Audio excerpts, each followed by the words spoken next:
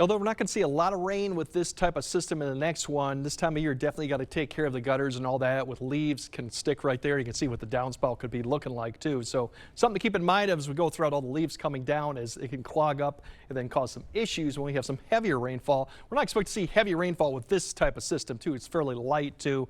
It should be not much of an issue, but we are starting to see this overall band, kind of widespread area with some moderate rainfall beginning to sink a little bit further south. La Crosse starting to pick up some, but once again, you go further south La Crosse overall for the next couple hours, it'll be mainly dry for like southern Vernon County, Crawford County, into Iowa, even Richland County. Not much in the way of precipitation, just some sprinkles, but that will change as we get later on. All this is really just a disturbance. The front as well to the south is beginning to lift north. It'll shift east and then dive southeastward over the next probably 18 hours. So that's what we're going to deal with. Eventually will come to an end here as we go into the afternoon. But as I mentioned, all this band is really going to start sinking further south. So by the time we get to about 8:39, we're going to start seeing a lot of more activity south of I-90, whereas north of I-994, you'll start seeing it kind of break up a little bit, especially after midnight, although it depicts not much going on at this point. A few lingering showers, but the main band then, after midnight, begins to sit pretty much I-90 to I-94, and then as we go throughout the night,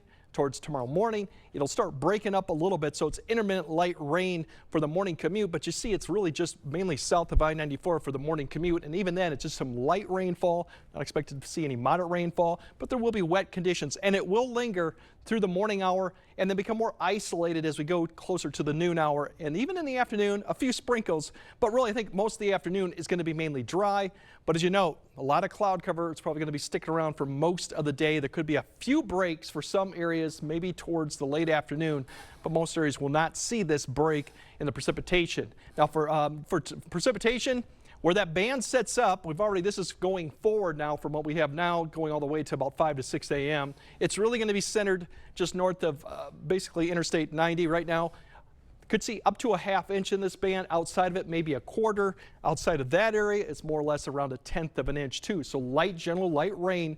And temperatures tomorrow, with the precipitation and clouds, not expected to move much, and they're not mid to upper 50s, pretty similar to today. Overall, that is a little bit below average for some areas. Now the next one comes Wednesday evening, looks fairly dry. Wednesday night for the most part is dry, but the winds start turning around to the southeast because a warm front will be lifting. So that will bring showers back in the area for the Thursday morning commute. That'll push east. We'll have a few breaks, maybe even a little bit of afternoon showers. But then for Thursday evening, I think overall that's going to be dry with that south wind begin to pick up, and we'll have some breaks in the clouds. That's going to set up a very warm night going into Friday. In fact, some areas may not get to 60 for overnight. So very warm start. Here comes the cold front. That won't come through probably until late Friday. Friday evening, we'll have to keep an eye on the timing because it could impact activities and evening football too coming through. Eventually, it will come through the area. Overall, Saturday and beyond look dry, but we have to keep an eye on that front. There's your temperatures for Thursday. Upper 60s, 70s. We get a little bit of sun in the afternoon in some areas that could get close to 70. It is going to hit 70 as we go on Friday, mid to upper 70s in fact. So very warm and breezy conditions with that front coming through. As we go through the weekend, we'll kind of go back down to where we should be on Sunday under breezy conditions, and next week with another system coming potentially on Tuesday and Wednesday. So overall, much more active weather that we're going on. We're going to get some rainfall. We will have some breaks, and overall, Friday's not looking too bad, minus the Friday night stuff we'll have to deal with. All right. Thanks very much, Greg.